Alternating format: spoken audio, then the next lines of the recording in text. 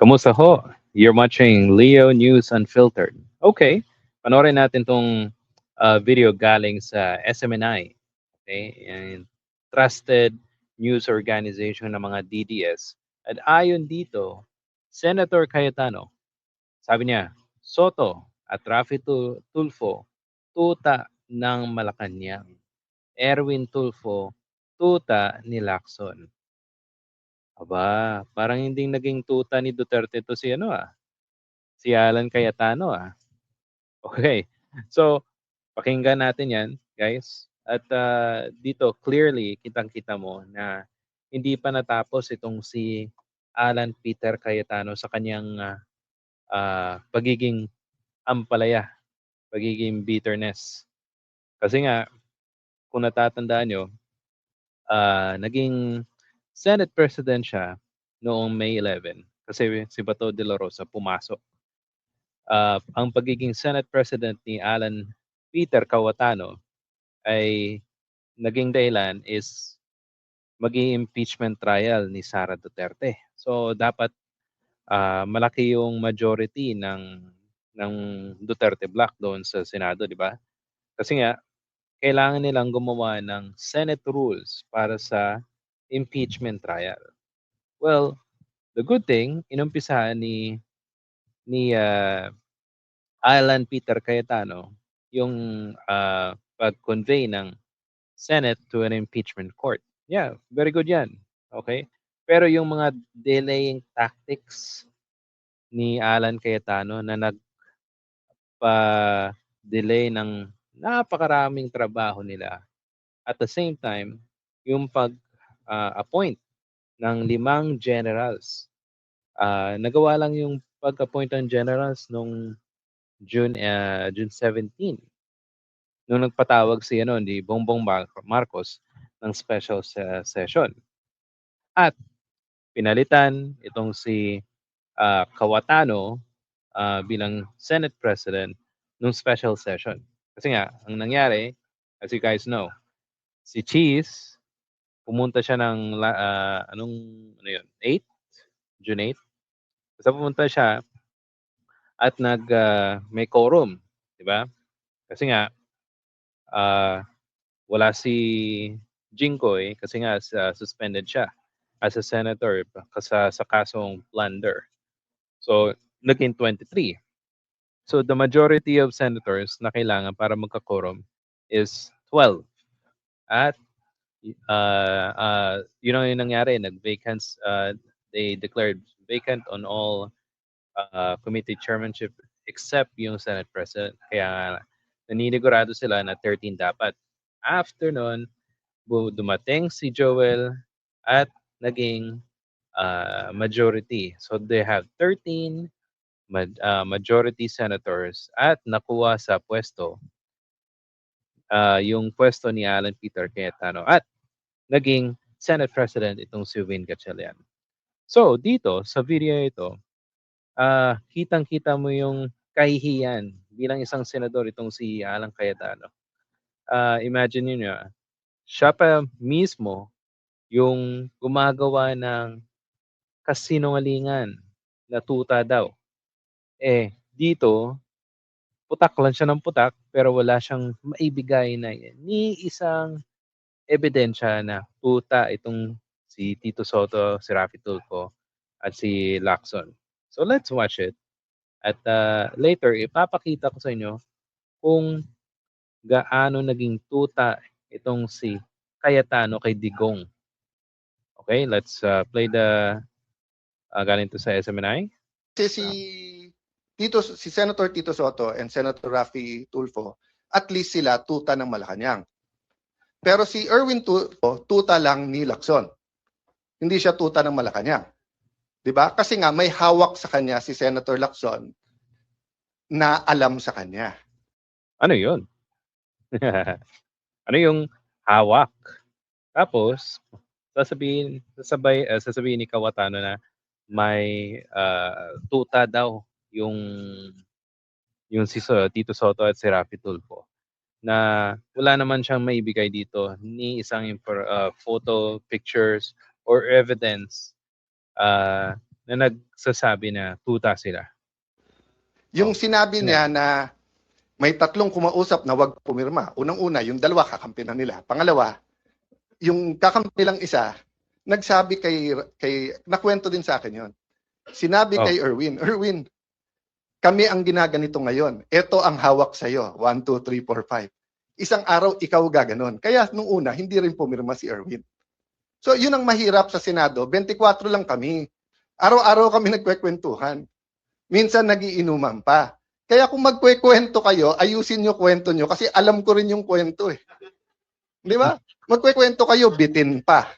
Oh, yung totoo. Oh, Erwin Tulfo, isa-isay natin hawak sa iyo. Gusto mo? Oh, yung kontraktor na balik-balik sa office mo, yung kontraktor sa party, marami pang iba. Doon muna tayo. Oh, marami pang iba, 'di ba? Okay. So sabi nung iba, kung sasabihin mong tuta, ano si Senator Lacson? Hindi na po tuta si Senator Lacson, aso na po siya. Matagal na po matagal na eh. Okay. But ano ang ibig ko sabihin sa aso? Anong klase? Iba-iba kasing klase ng aso. Yung kayo po, pagka may utos sa inyo, kayo ay nag-asikaso. Meaning you take care of it. Meron din pong aso-kaso. Ano yung aso-kaso? Tatahol yung aso, kakasuhan. So kung makikita nyo po makikita nyo, ang usual procedure, kaya may affidavit o wala, ang witness itetest mo, wag mong pababasahin ng affidavit. Pero kayo, nung Blue Ribbon niyang Kawatano Black, may leading question. Tapos yung merong abogado, siya pa yung nagsasagot, except hindi yung dapat yung witness ang sasagot. So sino ngayon yung gumagawa ng kalokohan when it comes to witnesses? Kasi baka hindi siya gumawa ng affidavit. Si Senator Lacson binaliktad niya. Hindi, basahin mo na lang yung affidavit. Hindi, sandali, payagan mo muna ang DOJ, kunin yung witness, gagawin yung affidavit. Pagbalik, basahin mo yung affidavit. Hindi po yun ang sistema. Nasaan yung mga abogado na kahit kakampi nyo sa Pinklawan, yung mga dean ng law school, nakita nyo rin yan eh. Noong time na yun, hindi pa panahon magsalita. Kasi akala natin, tama yung pupuntahan. Hindi.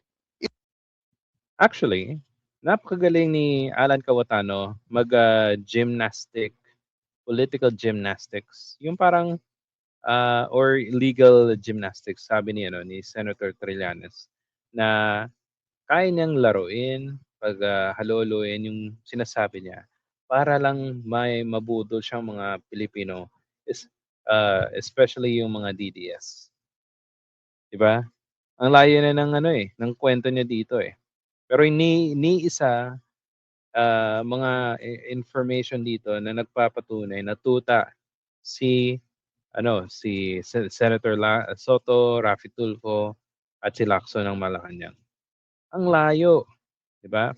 Ito, pakita ko sa inyo kung gaano ka tuta itong si Cayetano.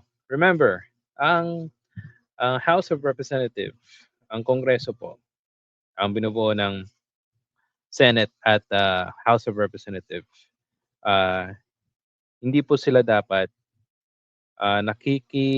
kumbaga, dapat hindi sila tuta ng Malacanang. Kasi nga, 'di ba, each of them walang over the power. Hindi po mataas yung isa, pantay po yung tatlo. Yung judicial, legislative at executive. Okay? Pero dito, kitang-kita mo nag-a-apologize si Cayetano dahil sa ginawa niyang kagaguhan noong congressman pa siya. Let's watch this.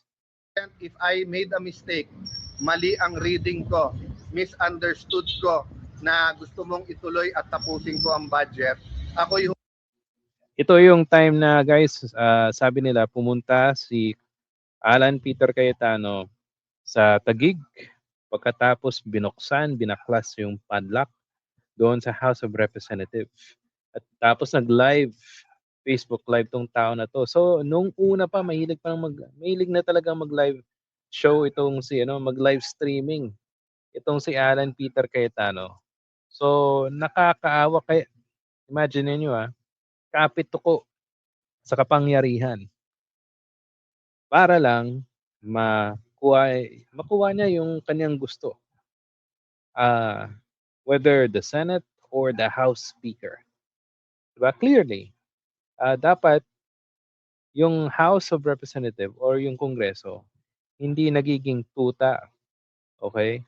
At dito, nag-a-apologize siya kay Digong kasi nga meron silang agreement ni Velasco na term sharing. Saan ka nakakita ng gano'n? Well, in Philippine politics, anything is possible. O, 'di ba? O ito explain pakinggan niyo yung yung explanation niya at saka yung facial expression niya. Humihingi ng paumanhin. Hindi ko intention never na hindi ka sundin. Tignan niyo po lahat ng Oh, remember, sabi niya, never ko intention na hindi ka sundin. Meaning, siya ang tuta ni Digong. aking interviews. We're okay. We will continue to help.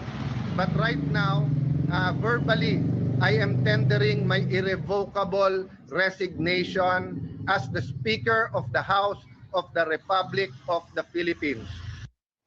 Oh, yan si Alan Tuko Cayetano. Kapit Tuko. Ito guys, ito yung nangyayaring kay Alan Cayetano. Yung 5 stages of grief. So let's watch this galing to sa Akbayan Party List. Say there are 5 stages of grief. Denial. I am still the legitimate, legal, moral Senate President of the Republic of the Philippines. Anger. Sorry, but I don't think there's any question. The Senate is under attack. Was under attack. Was. Instead of is, yung was dapat, naging is yung una. Depression. Napakasakit para sa aming lahat na nandito. Bargaining. Kunin na nila lahat. Senate presidency, lahat ng Ah. committees. Pero kung sincere sila, iwan sa atin yung Blue Ribbon Committee pa. And Kung acceptance. 13 na sa kanila, congratulations. Di ba? Nice. I like it. Actually, hindi pa tapos pala si Alan Cayetano sa pagiging in denial, di ba? At denial, non-acceptance sa pagtanggal niya at bumirada pa siya. Kasi nga nangyayari na yung impeachment trial ni Sara Duterte. So nasa tamang pamumuno kay Win Gatchalian at sana nga hindi to dumating si Bato de la Rosa. Well, kung darating siya ay kukunin ni Senator Trillanes. Guys, yun na po. Thank you sa panonood. If nagustuhan niyo po ito, please hit the like and subscribe button. At if may comment po kayo, paki-comment po sa ating comment section. Salamat and see you sa susunod na video.